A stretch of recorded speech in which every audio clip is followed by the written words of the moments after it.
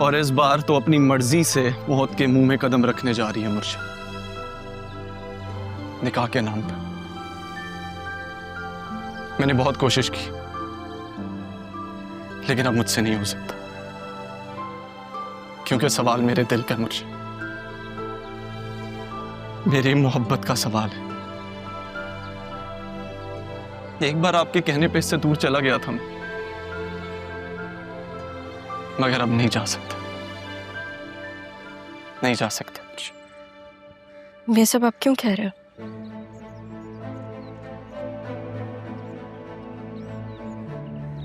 मैं उस दिन तुम्हें निकाह से दूर नहीं रखना चाहता था राह। आसिया बेगम ने तुम्हारी मौत की प्लानिंग की थी, तुम्हें मारना चाहती थी वो, और तुम उसी घर में निकाह का इवेंट रख रही हो। तुम्हारे पास इस बात का सबूत है? हाँ। और यही बात तुमने अम्मी को बताई थी? मामू जान को पता है? मुर्शिद दिल की मरीज थी, मुझे और मेरी मां को अंदाजा नहीं था कि वो ये जख्म बर्दाश्त नहीं कर पाएंगी।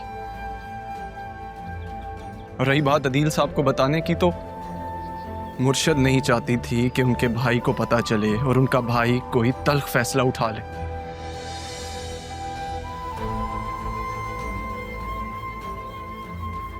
वो अपने भाई का घर नहीं तोड़ना चाहती थी, बतूल के सर से माँ बाप का साया नहीं उठाना चाहती थी।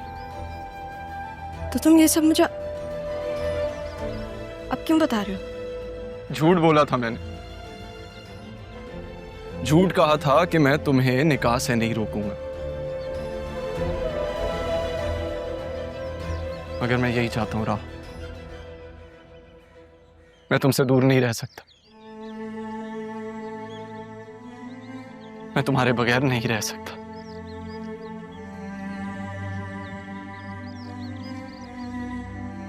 मैं तुमसे बहुत बेइंतहा मोहब्बत करता हूं राह, इसलिए आज इस वादे से खुद को आजाद करके तुम्हें यहां ले आया हूं। तुम्हें सब सच बताना चाहता हूं मैं, ये था सच। सर उनसे तो मैं भी शादी नहीं करने वाली।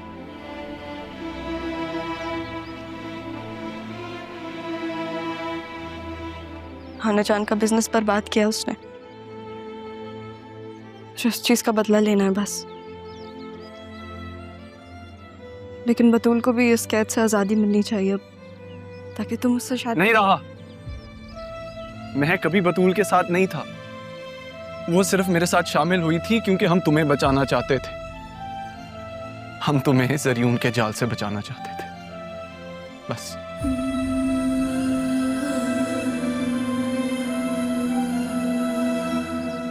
बतूल को पता है उसकी माँ का सच? हाँ, वो अपनी माँ की सारी हकीकत जानती है। मुझे क्यों नहीं बताया?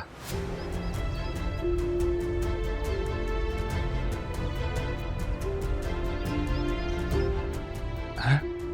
जब सबको ये सच पता है तो मुझसे सच क्यों छुपाया गया?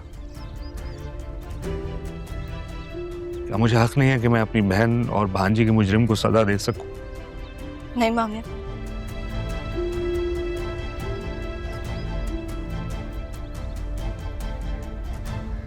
सजा मैं दूंगी।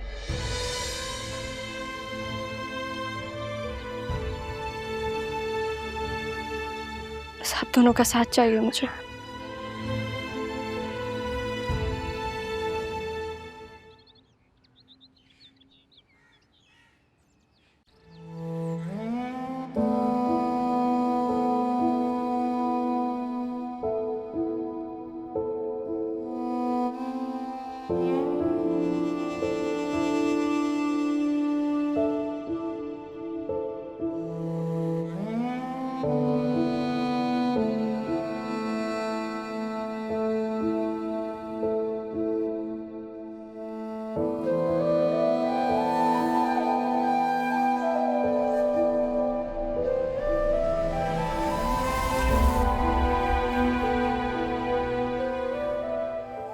आपने इतना सब कुछ कैसे बर्दाश्त कर लिया?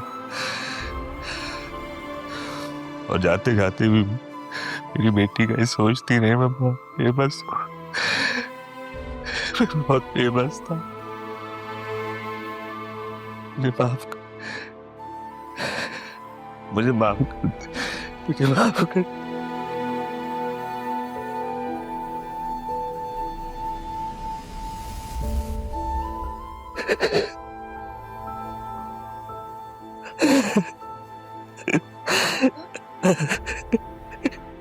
पापा वो पापा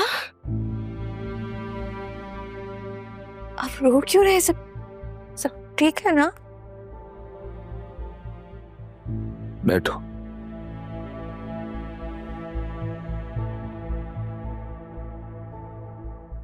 तुम्हारी माँ का सच जानकर आ रहा। बोल। पापा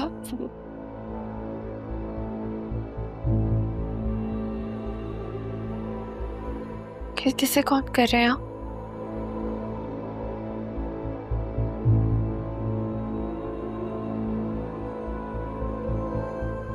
हेलो हेलो ज़ैनब भी, आप मेरी बात मानेंगी?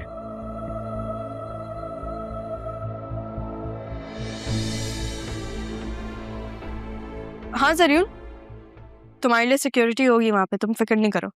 चलो मैं तुमसे बाद में बात करती हूँ। आप क्या देख रही हैं? तुम्हें क्या लगता है मेरी बेटी को किसी चीज की कमी है?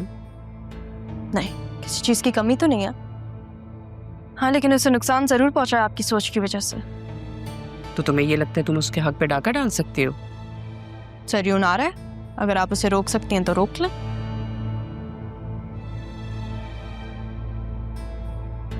बतूल की बात तय हो चुकी है, तुम क्या रोक सकती हो? नहीं, और मैं रोकना चाहती भी नहीं हूँ। बतूल को जरियून से मेरी वजह से ही तो आजादी मिल रही है, तभी तो उसकी बात पकी हुई है, वरना वो अभी तक खुला लेके बैठी भी होती। ये सब बातें, तुम इन सब बातों से क्या प्रूफ करना चाहती हो? कुछ प्रूफ नहीं करना चाहती, लेकिन अरमान का दिल किसके लिए धड़कता है इस बात का तो आपको भी अंदाजा है। जरियून का निकाह, लेकिन बतूल की तलाक। आपको तो मुबारकबाद भी नहीं दे सकते। सैड।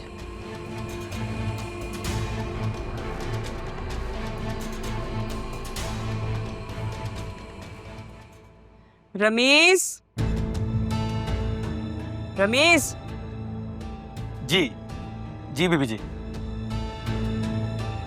मैं तुम्हें दवाइयों के लिए भेज रही हूँ, जल्दी जाओ दवाइयाँ लेके आओ। कौन सी दवाई बीबी जी? व्हाट्सएप करती हूँ। जी।